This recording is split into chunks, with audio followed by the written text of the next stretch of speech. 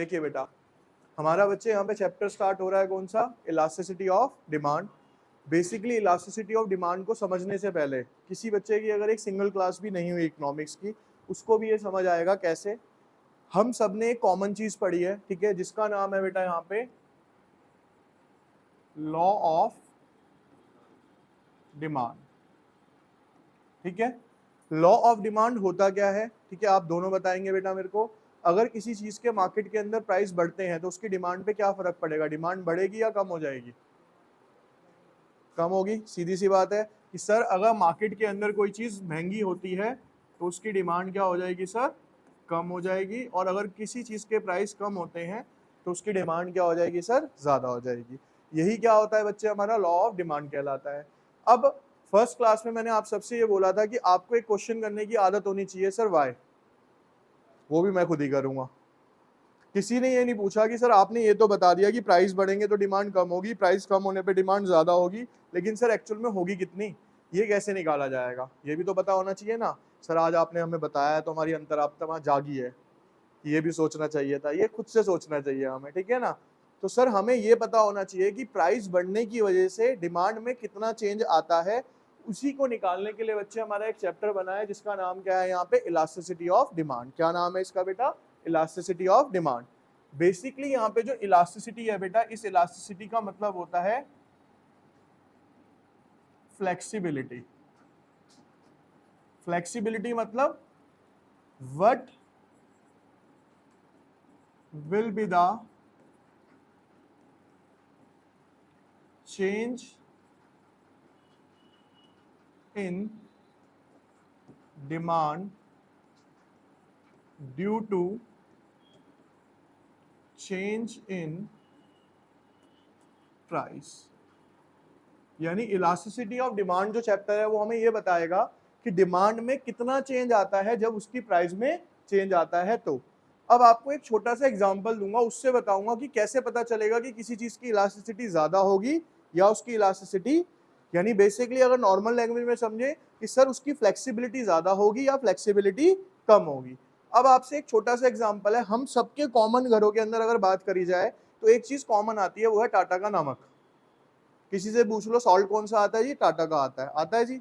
अब मान लो आज प्रेजेंट में उसके प्राइसिंग आती है 22 रुपए, अगर बेटा वो सडनली 30 रुपए का हो जाए तो उसकी डिमांड में क्या फर्क आएगा, ज्यादा आएगा या कम आएगा,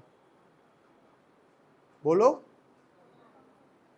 सर आएगा, लेकिन क्या आएगा, बहुत कम फर्क आएगा। तो इसका मतलब सर उसकी इलास्टिसिटी क्या है, काफी कम है।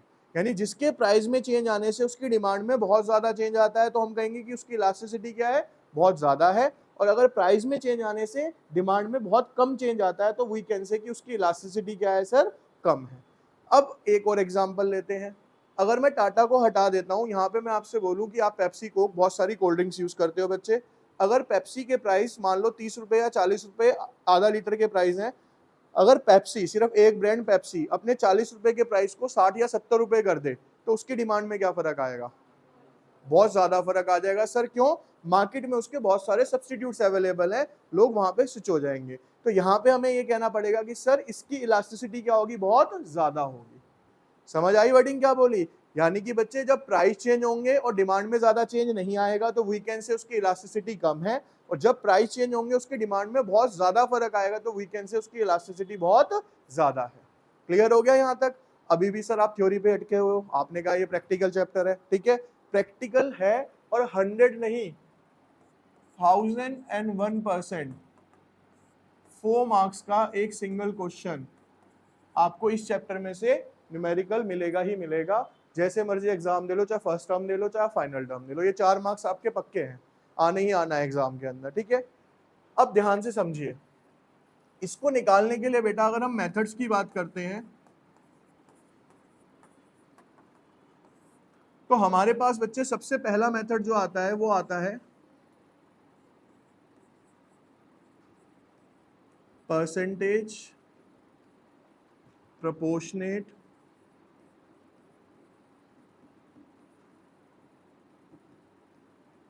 और फ्लक्स मेथड। अब क्वेश्चन ही आता है सर परसेंटेज भी हमें पता है क्या होता है, प्रोपोर्शनेट भी हमें पता है क्या होता है, लेकिन ये फ्लक्स क्या है। बेटा फ्लक्स जो थे ना, फ्लक्स एक इकोनॉमिस्ट थे जिन्होंने इस मेथड को क्या किया था, इन्वेंट किया था, बेसिकली कह सकते हैं। जैसे साइंस में क्या होते हैं, साइंटिस्ट होते हैं ना, वैसे इकोनॉमिक्स को बनाने वाले क्या कहलाते हैं, हमारे इकोनॉमिक्स कहलाते हैं। तो प्रोफेसर फ्लक्स थे जिन्होंने इसको इन्वेंट किया था, इसीलिए इस मेथड को इनके नाम से भी जाना जाता है। 1 मार्क्स में आपसे ये क्वेश्चन पूछा भी जाएगा कि इसको फ्लक्स मेथड क्यों कहते हैं। क्लियर है, यहां तक समझ आ गया सारा। अब इसको निकालने के लिए फॉर्मूला क्या यूज होता है, पहले हम समझते हैं कि फॉर्मूला क्या है। ईडी, बेटा यहां पे जो ईडी स्टैंड होता है वो होता है इलास्टिसिटी ऑफ डिमांड के लिए, ठीक है। उसके बाद फॉर्मूला होता है हमारा माइनस P अपॉन में Q multiply by delta Q upon delta P। अब एक एक करके पहले इस टर्म को समझेंगे, फिर पुट भी करके दिखाऊंगा कि इनकी वैल्यूज कैसे पुट होती है। अब बेटा यहाँ पे ये जो माइनस का साइन है, ठीक है, सबसे पहले हमें ये समझना है कि ये ना मैथमेटिकल वाला माइनस नहीं होता है। ये जो माइनस का साइन है, कुछ राइटर्स आपको लिखवाते हैं, यानी कुछ बुक्स के अंदर फॉर्मूले में माइनस का साइन यूज होगा और कुछ बुक्स के अंदर नहीं होगा। तो आप कहोगे सर हमें क्या करना है, मेरे अकॉर्डिंगली आप अभी करके चलेंगे फॉर्मूले में यूज, जब आपके स्कूल में कराया जाएगा, अगर वो कराएंगे तो ठीक है, नहीं कराएंगे तो हटा देना। समझ आ गई ये बात। अब ये नेगेटिव साइन होता क्या है बेटा, ये जो नेगेटिव साइन है ये इसलिए यूज होता है, show the negative link between price and demand। अभी मैंने आपको क्या बताया था कि प्राइस बढ़ने पे डिमांड कम होगी और प्राइस कम होने पे डिमांड ज्यादा होगी। तो ये कौन सा लिंक था बेटा हमारा, नेगेटिव, क्योंकि दोनों अपोजिट डायरेक्शन में जा रहे हैं। तो ये वाला लिंक क्या कहलाता है बच्चे, हमारा नेगेटिव कहलाता है। तो उस नेगेटिव लिंक को शो करने के लिए हम यहाँ पे क्या यूज करते हैं, माइनस का साइन यूज करते हैं। 1 मार्क्स में ये क्वेश्चन भी पूछा जाता है कि in the formula of elasticity of demand why we use the sign of minus. किस लिए करते हैं sir, to show the negative link between a price and demand. Clear है जी यहां तक बच्चे, ठीक है। अब इसके बाद आया बेटा आपका एक टर्म जिसका नाम है यहाँ पे P। P stands for original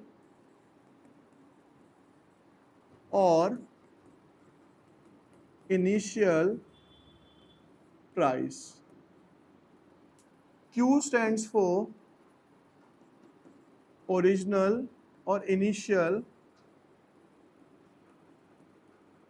quantity demanded. Delta Q stands for, delta जो वर्ड यूज होता है ना बेटा, ये साइन यूज होता है, ये मैथ्स में भी किसके लिए यूज होता था, टू शो चेंज। किसके लिए यूज होता है, ये चेंज को शो करने के लिए होता है। तो यहाँ पे हम लिखेंगे ये जो यूज हुआ वो किस लिए हुआ, to show change in quantity demanded. और जो आपका बेटा डेल्टा P है यहाँ पे, वो किस लिए यूज हो रहा है, to show the change in price. तो ये तो इसका क्या हो गया बेटा, एक तरीके से थ्योरी वर्जन हो गया कि किसका मतलब क्या है। अब हम इसको इंप्लीमेंट करते हैं, यहाँ पे पुट करते हैं वैल्यूज को। ध्यान से देखिएगा बच्चे, आपके पास मान लो बच्चे प्राइस है और यहाँ पे क्वांटिटी डिमांडेड है। 10 रुपए प्राइस पे आप 100 क्वांटिटी की डिमांड करते हो फॉर एग्जाम्पल। जब प्राइस कम हो जाते हैं 5, तो as per law of demand जब प्राइस कम होंगे तो डिमांड क्या होगी सर, ज्यादा होगी।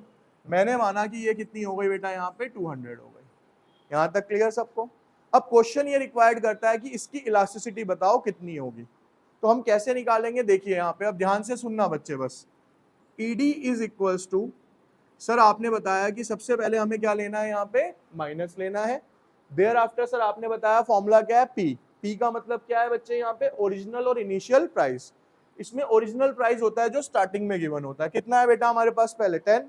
तो आपने पी की जगह क्या पुट करा है, यहाँ पे 10, ठीक है। उसके नीचे क्या है सर, क्यू। क्यू का मतलब है सर ओरिजिनल क्वांटिटी डिमांडेड। तो ओरिजिनल 10 पे आप कितनी क्वांटिटी डिमांड कर रहे हो बच्चे, 100 की। तो ओरिजिनल क्वांटिटी डिमांडेड कितनी हो गई, 100 मल्टीप्लाई।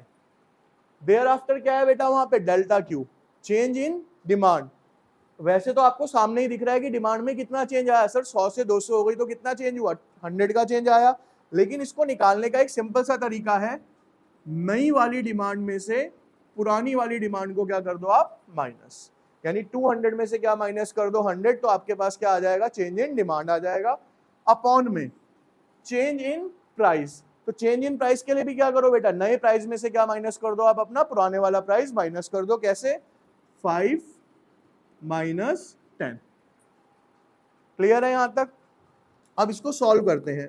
-10 अपॉन 100 मल्टीप्लाई बाय 200 में से 100 गए सर, कितने बचे यहाँ, 100। 5 में से 10 गए, कितने बचे बच्चे यहाँ पे, ठीक है। अब सॉल्व करो, 100 से 100 कैंसिल आउट, माइनस से माइनस कैंसिल आउट, 10 अपॉन में 5, तो आपका आंसर कितना आ जाता है बेटा यहाँ पे, तो हमारी इलास्टिसिटी कितनी है सर, 2 है। और आपको साफ साफ दिख भी रही है बेटा, देखो कि क्वांटिटी कितनी चेंज हो गई थी, डबल हो गई थी ना, 100 से 200, तो क्वांटिटी चेंज कितनी हुई थी, डबल, तो इलास्टिसिटी भी कितनी आई यहाँ पे, डबल आई है। डिपेंड करेगा क्वेश्चन के अंदर क्या दिया हुआ है आपको। अब पहले आप मेरे को यहाँ पे ये समझाएंगे सिर्फ, क्या आपको ये P Q delta P clear हो गया सबको अच्छे से, कि कैसे कैसे निकालना है, पक्का, ठीक है। कॉपीज निकालिए।